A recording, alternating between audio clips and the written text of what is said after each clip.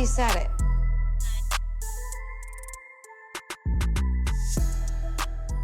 Hi, hello, welcome to another episode of Now We Said It, y'all. It's me, Quisha.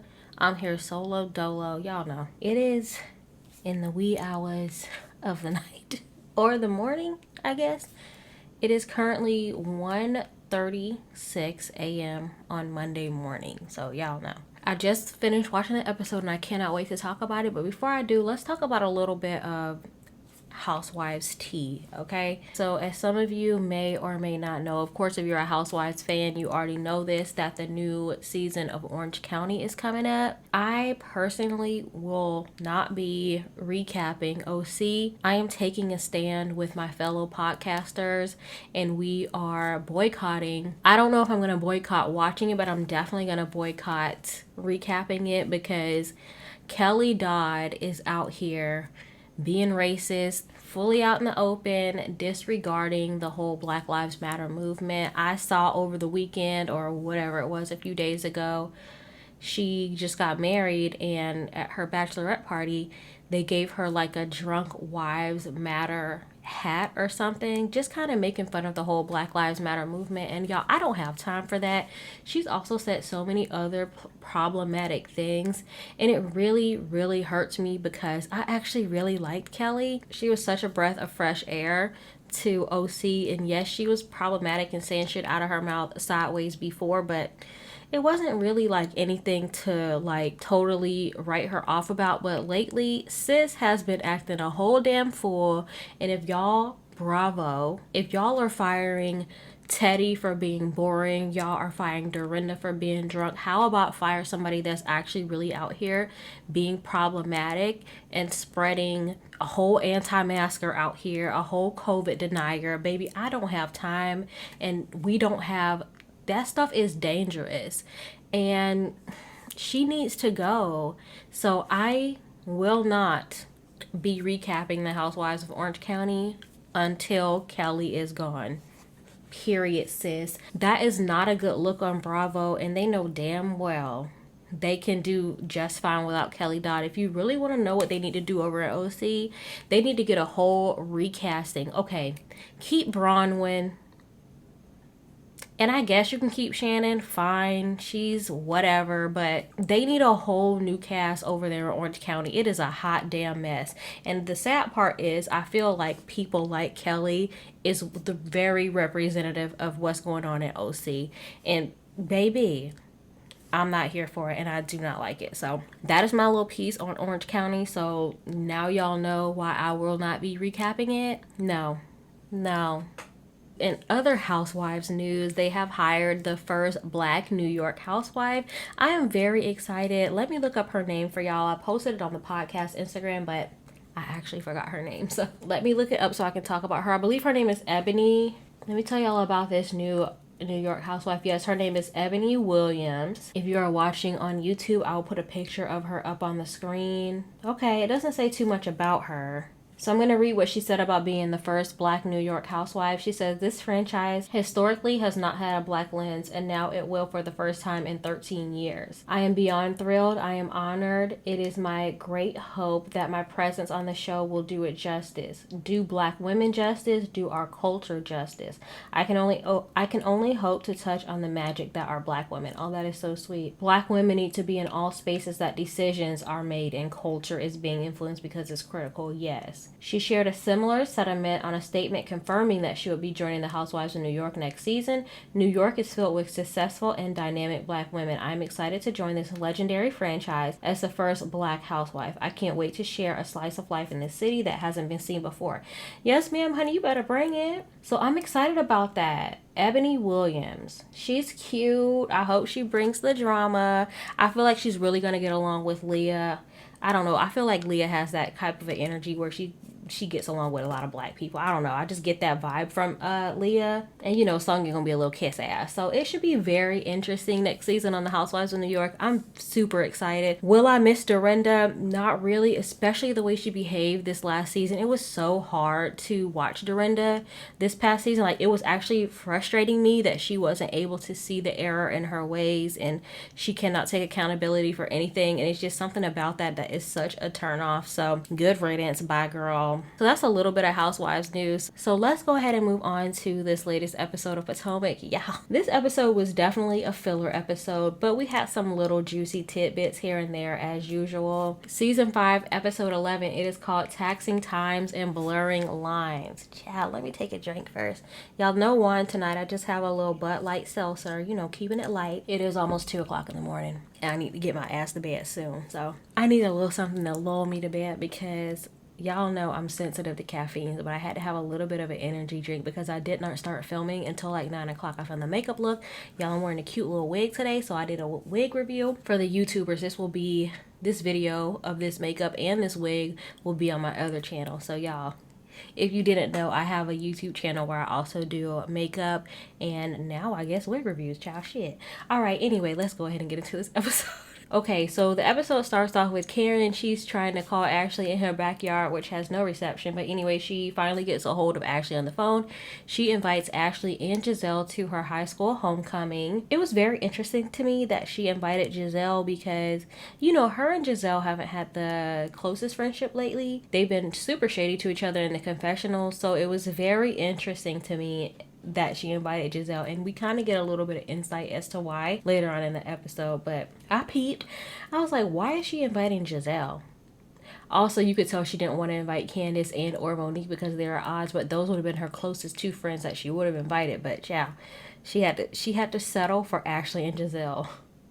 Awkward. We have a little quick scene with Giselle calling Juan to let him know that she approves of the wedding ring or the engagement ring that he picked out for Robin. Cool. She gets like her little stamp of approval. Then we see another quick scene of Wendy doing commentator work. Boring, boring, boring. Then we shoot over to Karen and Ray's house again. Ashley is arriving without baby Dean. Thank you. Freaking finally, girl. Leave that baby at home. I bet you he's not with Michael, though. I bet you he's with a babysitter, child. To be honest, I really wouldn't trust the baby with Michael alone anyway. He'll probably end up in a casino somewhere or sitting on the little side couch in the hotel room. The little love seat in the hotel room, child. You know what? Let's keep the baby with the babysitter. It's probably safer that way. I'm surprised that Ray is not going on this trip. It seemed like a very big deal for Karen, so it kind of bummed me out that he wasn't going. Y'all, what's happening with LaDom and the Black Bill Gates? So then they have like a little cutaway and Ashley saying that she thinks that Michael is going to be on his best behavior because he knows because of what happened last time. What makes you think he's going to be on his best behavior? His best behavior as in not getting caught? That's probably his best behavior. And she's only 2 hours away, and she's like, I feel like 2 hours away is a safe enough distance. You know, it's good for me to be away from my family. Girl, if you have to be like, oh, I'm only 2 hours away, our amount of distance away from your family to keep your husband in line, that's not the man for you, sis. If you can't go on a vacation or a short little trip or whatever, if you can't leave your house without worrying where your husband is or what he's doing, that is trouble. You in danger, girl. If you don't have trust in a relationship, you might as well not be in the relationship, okay? Like, all right, I'm gonna move on because I'm gonna get on a whole other thing that has nothing to do with this. So you know what? So that's what she says. What I say is she doesn't need to be with him and she can't trust him, child. No, ma'am. Anyway, she joked that she put a tracker in his butt. I was like, and he probably would have liked that. That would have been enjoyable for him. She could have disguised it. She should have said, oh, let's do a little butt play. I want to peg you. You know, let me just, put it in real quick. And then she just put it up there and just left it. That's what she should have did. He would have been like, oh, this is fun. This is cute. And then she could have stuck it up there and really tracked his ass with again. You shouldn't be having to do all that, sis. Giselle arrives. It's cute or whatever. Ray is rushing to get them out the door. He's carrying bags. He's opening doors. I have never seen Ray move so fast. He said, y'all better skip bebop up out of my face so I can enjoy my time and go golfing. Ray wanted Karen out of that house, all right? Ray was speed racing their ass right up out that door. Then we have a scene with Robin and Candice. Candice is putting on a little tea time for Robin. Robin shows up looking like a bum, but whatever. Girl, you know you was filming. They have a cute little tea set up, you know, a little snacks or whatever. Robin is spilling the tea about what happened at the meeting. Robin is telling her Monique is not remorseful. She don't give a damn about you.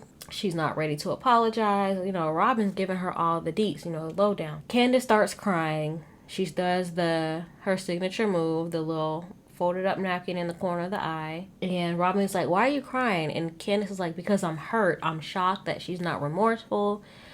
Okay, I'm gonna say this part. I feel like the tears are a little performative in this scene. The tears don't seem genuine. I don't think I really saw a tear. Did y'all see a tear?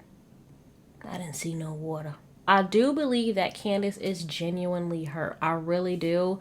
And Robin is like, why are you crying? She's like, you know, I'm genuinely hurt and I'm shocked that she's not remorseful and I really thought we were sisters, you know, that whole spiel. Then Robin says, I'm actually disappointed in the way that Karen has been handling this.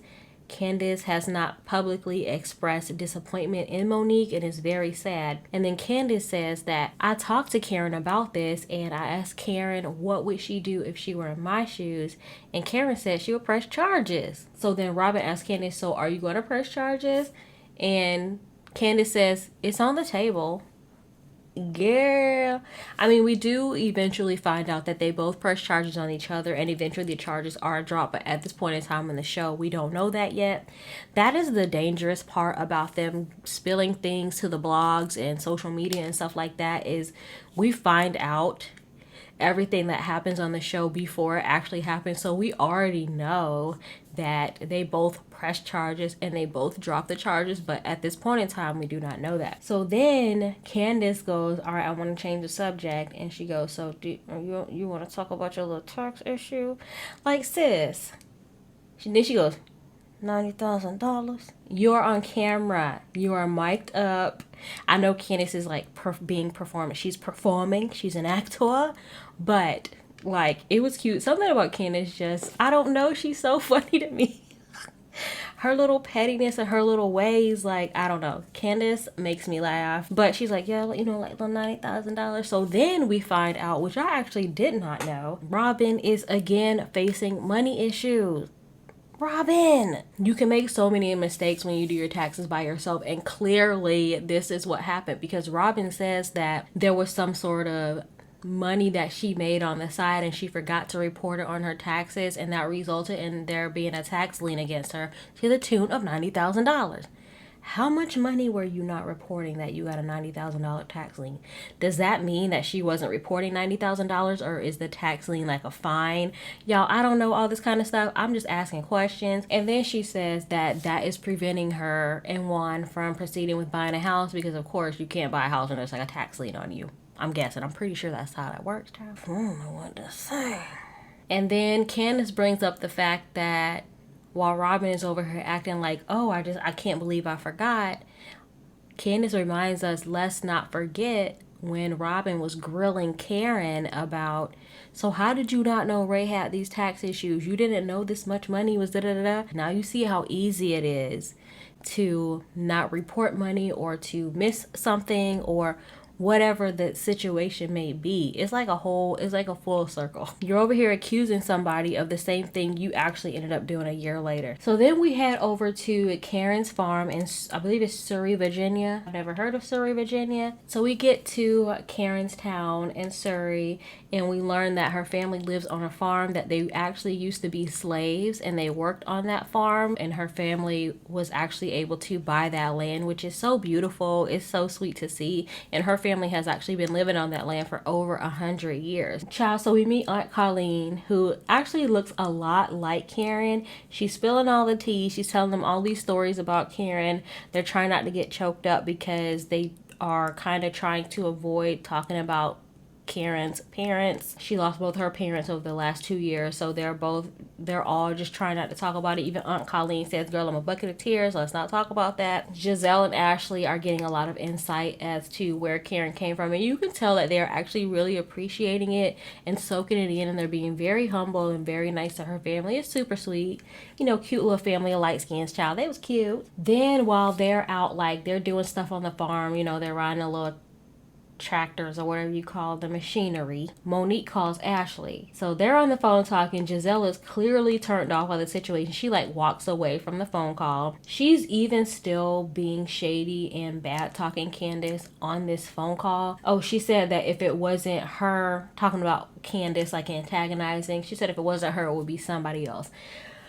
I don't think that's true because, like I said before, I feel like Candice was on this road to becoming a more realized person, and I really don't think she would have been the center of the drama had it not been for this Monique situation. I really feel like Candice would have kind of fallen into the background this season, but been a little bit more of a humble Candice. I really don't think she would have went after anybody. I don't agree with Monique when she said that. They get off the phone, and Giselle says if it was her, she would have pressed charges that night. And Karen, in a roundabout way, agrees. She goes, you know, I pretty much said that to Candice. I told Candice that I would be looking into my next steps from a legal standpoint. And so Ashley, y'all know Shady Ashley, she was like, does Monique know that you talked to Candice about that? Karen, lying, she goes, I think so, but I'm going to talk to her again to make sure she knows. That means, no, I haven't told her yet, and y'all better not either, but I'm going to talk to her. So y'all just keep y'all mouth closed until I can talk to her. Giselle starts going off again about Monique, and something is bothering me about how hard Giselle is acting. Giselle's acting like she the one that got beat up. Like, sis, it wasn't you. Y'all all know from the first moment Giselle met Monique, she did not like her. So I feel like she's just being like going hard. Like, see, I told y'all. That's what Giselle is doing here, and it's not a good look. I mean, okay, it's okay to beat up on Monique a little bit, but Giselle's going a little bit too hard. Like, she didn't beat you up. Just chill. And she was like, don't even, if she calls again, let me know so I can walk away. I don't even want to be around that. She says Monica's a liar, and she just goes on and on about that. Like, she doesn't want to be anywhere near Monique. Everybody else seems to have a little bit of reason. Like, okay, Robin, I understand she threatened to beat you up with an umbrella. Okay, cool. You can be extra mean. Ashley, y'all have had y'all differences. Clearly, I see why you would be mean, but even Ashley isn't going that hard on Candice. She is trying her best kind of to stay neutral, but you can tell she's leaning more to Monique's side. But she's not like really bad talking Candice. Not that much. Not as much as Giselle. So it's just like, why so angry? Ooh, you're so angry. Gonna throw it to a little bit of Beverly Hills. Ooh, you're so angry. So then we get a boring scene with Wendy. I have a feeling, y'all, Wendy is not going to bring the drama. All of her scenes are with her alone are very, very boring. Speaking of, we have a scene with Wendy and her sister Ivy. We find out her sister's a surgeon, and Wendy has always looked up to her sister. She says her sister keeps her on track and stuff like that. Blah, blah, blah. Wendy shows up in pajamas. She basically tells her sister that she does not want to be a professor anymore. She wants to focus more on being a political commentator. Her sister pretty much says, you know, you should be scared talking to mom about this, but I have your back and you'll be fine, period. That was the end of that scene, y'all. It was, Wendy, you gotta bring something else. You gotta bring something else, sis, because you ain't doing it for me. I was very excited for Wendy as a housewife, but that is quickly changing. She ain't really bringing it. I feel like she needs to let loose a little bit. I feel like she's trying to protect her family. I know she's very proud of her family, and her family's very proud of her. So I feel like she's going to be very reserved on the show because she's trying not to embarrass her family. And sis, you don't need to be a housewife. All of their families are embarrassed. It's part of the show. And then we have a very weird scene of Robin and Juan doing role play, I guess. Y'all, this scene made my stomach hurt. I don't like watching people like try to be sexy and it's not sexy. It's very awkward. That's what this was. She dresses up as some girl. I believe she called her Tatiana. She should have dressed up as an accountant and fixed their tax issues. This scene was so unnecessary. Anyway, it looks like they're trying to have a date night and keep things like nice and sexy, but she of course brings up the tax situation, and she says she talks to her tax agent and it looks like she forgot to file some sort of paperwork. And Juan goes, yeah, that's on you. Wasn't the last tax issue or the money issue before on her too? Wasn't it her mistake? I believe, because she was talking about, oh, like, does Juan forgive you? I remember them talking about that before. So she's messing up again, this time to the tune of $90,000. Like, girl, if I was Juan, I'd be like, listen, this ain't working, baby. You fumbling the bag, sis. Why do you keep doing this? Juan looks very disappointed, and so do I. I don't really have anything else to say about this scene except for her food looked really good. Then we get back to Karen and Surrey, and it's time for the homecoming parade. Giselle and Karen are being very shady with each other. Karen is given a Bentley to ride around in, and Ashley and Giselle are like, oh, look, it's room for like 3 people. Like, we can get in the Bentley with you. Karen was like, nah, y'all gonna wait on the sidelines. Like, this is all about me. And Giselle says, yes, girl, you ain't no but 7 people out here, but we'll let it be all about you. Y'all, this scene was actually cute. It made me smile. Like, you could tell Karen was having the time of her life. She was so proud to be from her town, and you can definitely tell that they are proud of Karen. It was a really sweet scene. Even though she was like, oh, this queen stuff, or I'm like the queen, or I'm queening, or something about being a queen, and then they shoot to like an empty lot. I know that was just like clever editing, but it was so funny because she's like, the queen is here, and bitch, it wasn't nobody out there. It wasn't anybody out there, but Karen showed out. Eventually people showed up. It was cute. They're throwing candy. They're throwing candy at Ashley and Giselle. They're getting hit with the candy. And then you have Giselle and Ashley having a little private conversation off to the side where Ashley, she goes, you know, it might not be a bad thing, Ray wanting to move to a small town, because clearly Karen's from a small town, so she would be able to, you know, ease right into that. And Giselle's like, no, I think she's actually running away from this. Karen doesn't want to live in a small town anymore. And I agree with that. You can tell Karen wants to be La Dame, period. She wants to be the center of attention. She wants to have, you know, the things that she didn't have growing up. So she wants all that attention. She wants the spotlight, and she's getting it. And Ray ain't liking it. Ashley says that Ray is having a hard time accepting who Karen is now, and she can relate to that because Michael is doing the same thing. She's a totally different person than when she married Michael, just like Karen's a totally different person than when she married Ray. And then, you know, she got on the whole thing that, you know, pretty much Michael needs to get on board because otherwise she's ready to be a single mom. Shall we know that's a lie? Karen looked so happy. I just want to say that, y'all. The parade was so cute. Karen looked so happy. It was just very sweet to see. And she was like, oh, I think I'm going to cry. And that made me a little bit emotional. I was like, look at Karen. She's just so happy. Then we get another boring-ish scene with Candice and her mom. They're meeting up at an adoption shelter for dogs. They pick out a cute little dog named Mowgli. It's cute. And her mom are talking about the situation. And her mom is just in shock that this has happened to Candice. The mom pretty much says that they need to call an attorney immediately. I feel like her mom definitely had some influence in Candice, you know, pressing charges on Monique. Who's to say if she would have pressed charges regardless? I kind of feel like she would have, honestly, for the dramatics of it all. I don't really know if she knows what the extent of pressing charges really means, but I guess we'll find out, child. Then we shoot back over to Karen in her town, and she's bringing the ladies to the church that she grew up in. It's all very sweet. You can tell she's very proud of where she came from. She says that the last time she went to that church was to bury her dad. You can definitely tell Karen is going through a lot, not just with the Ray situation, but still coping or trying to cope losing her parents in such a short amount of time. She said she lost both of her parents within 7 months. So that just has to really take a lot on you. It doesn't matter how old you are. Losing your parents is never going to be an easy thing to go through. And it's never something that, I haven't lost any of my parents, but my mom has lost her mom. And it's been like 7 years and she's still, you know, it's still hard. So I don't think you ever truly get over losing a parent. So seeing Karen go through this, it's just very sad because you can tell she's really hurt and she's trying to stay strong and she's trying to not show too many emotions on camera, but it's really hard to do that when you just like trying to keep it all inside.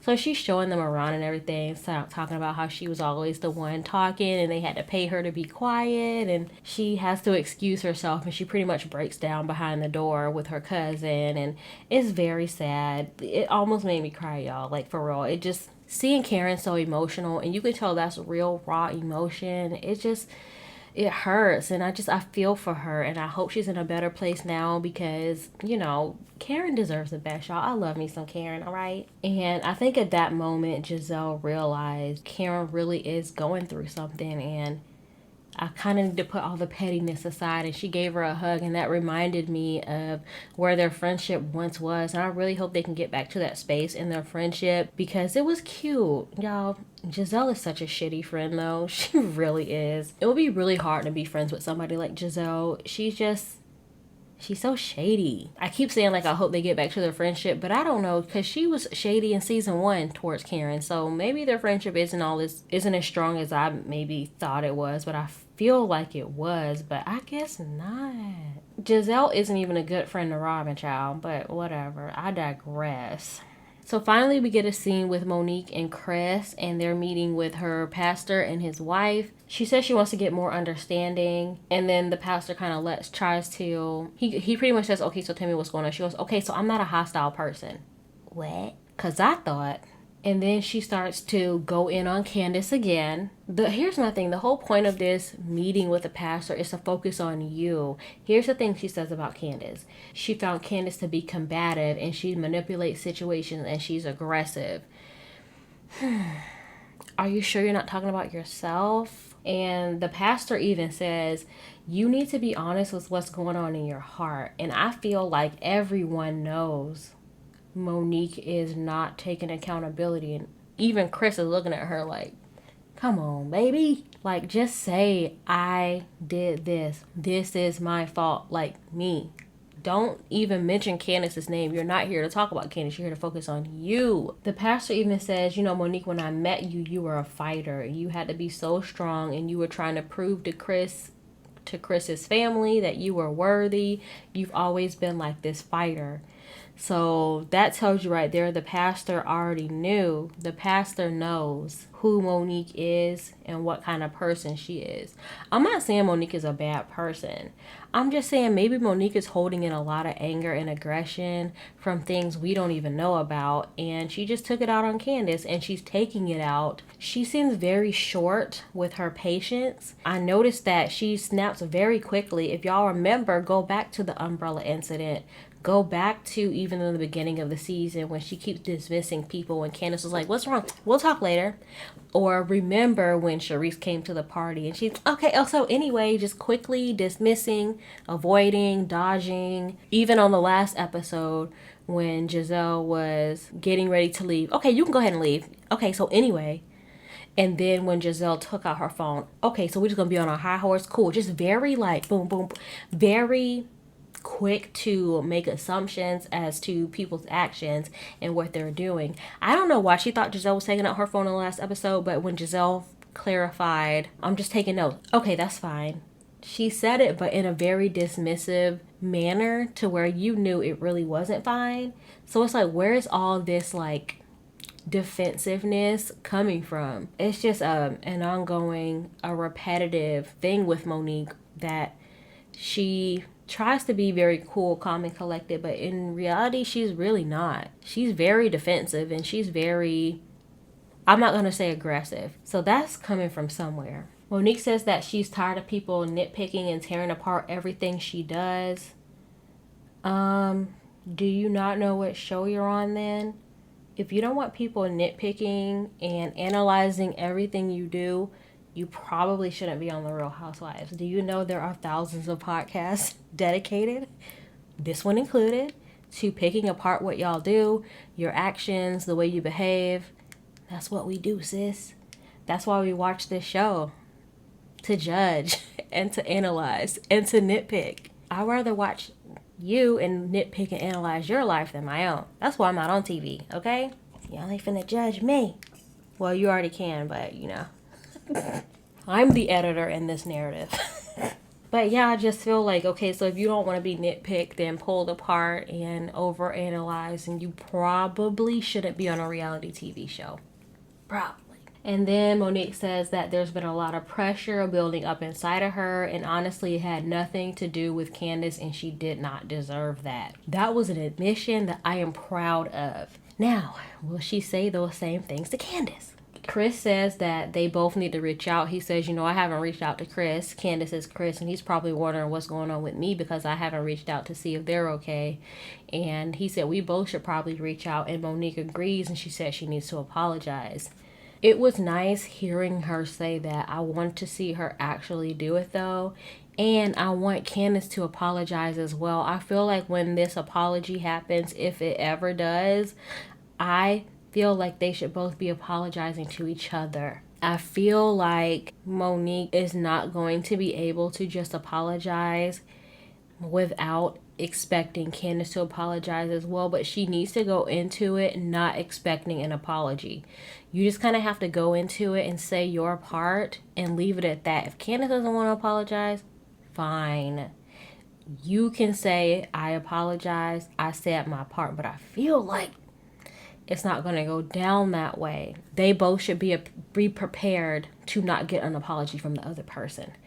That's not what it's all about. You have to really be truly sorry for your part in it and take ownership. And if that person doesn't want to take ownership for their side of it, you just have to let that go and just take solace in the fact that you've apologized and you've done all that you can do and you did the right thing. And then you can feel all high and mighty about that. I hope that's how it is. I am very excited to see the apology, the lack thereof. That's where the episode ends. This is a pretty quick recap because this was a total filler episode, y'all. There was not one really good juicy thing in this episode. So let's get into the preview for the next episode. So the next episode, it looks like they're having like a party for Wendy's baby. I'm not Nigerian, so I don't know the official name of the party. If somebody can let me know, please do. But it looks fabulous. They're holding the baby up, giving the baby praise. It's so adorable. And the baby is dressed so cute. Like, my heart. So adorable. Again, looks like it's going to be boring. I'm just saying, y'all. I just don't know if Wendy's really going to bring it this season. Coming off of New York and seeing Leah make such a powerful introduction, a powerful entrance as a housewife, and then coming over to Wendy and it's very lackluster and it's very boring, and I had so many high expectations for Wendy and they're going completely down the drain. I want her to pick it up, but I don't know that we're going to get much more from her because all this previews that we see from her are like her about her family struggles and not want to be a professor. Like, girl, you are a grown-ass woman. If you don't want to be a professor no more, don't be a professor no more, child. Like, you are too grown to be worrying about what your mom thinks. But I guess, child, I don't know. It's very, very much boring, giving me snooze teas. Then we see Ashley's family. Looks like her uncle or somebody related to her is calling Michael out on his behavior. Cute, whatever. Then we see the woman getting a notification that Candice has officially filed charges against Monique. That looks pretty juicy. Then we see Candice saying that she wants Monique to be prosecuted to the fullest extent, which could possibly mean jail time for Monique. So y'all, that is a preview for the next episode. I feel like this next episode again is going to be a lot of filler. I don't think things are going to really get popping until the ladies get to Portugal. And then whatever that little party is or whatever where Michael and Chris fight, that looks like that's going to be on the other half of the season. So I don't really know how much tea and drama and juiciness that we're going to get from this next episode. I really hope they bring it. The season overall has been good. It's definitely been good, okay? It's better than anything that OC and Beverly Hills has done in the last 5 years. I feel like there could be a lot more juice. With all that being said, y'all, I'm gonna wrap up this episode. It is 2:30 in the morning and my ass needs to take off this makeup and this wig and go to sleep. So please let me know what you thought about this episode. Leave me some comments, leave me positive reviews. I really appreciate it. You know, the whole like, comment, subscribe if you're watching this on YouTube. Please share this out to everybody that you know, people that you know that like reality TV shows and stuff like that. I will see you next week, y'all. This has been an episode of Now We Said It. Bye. But now we said it.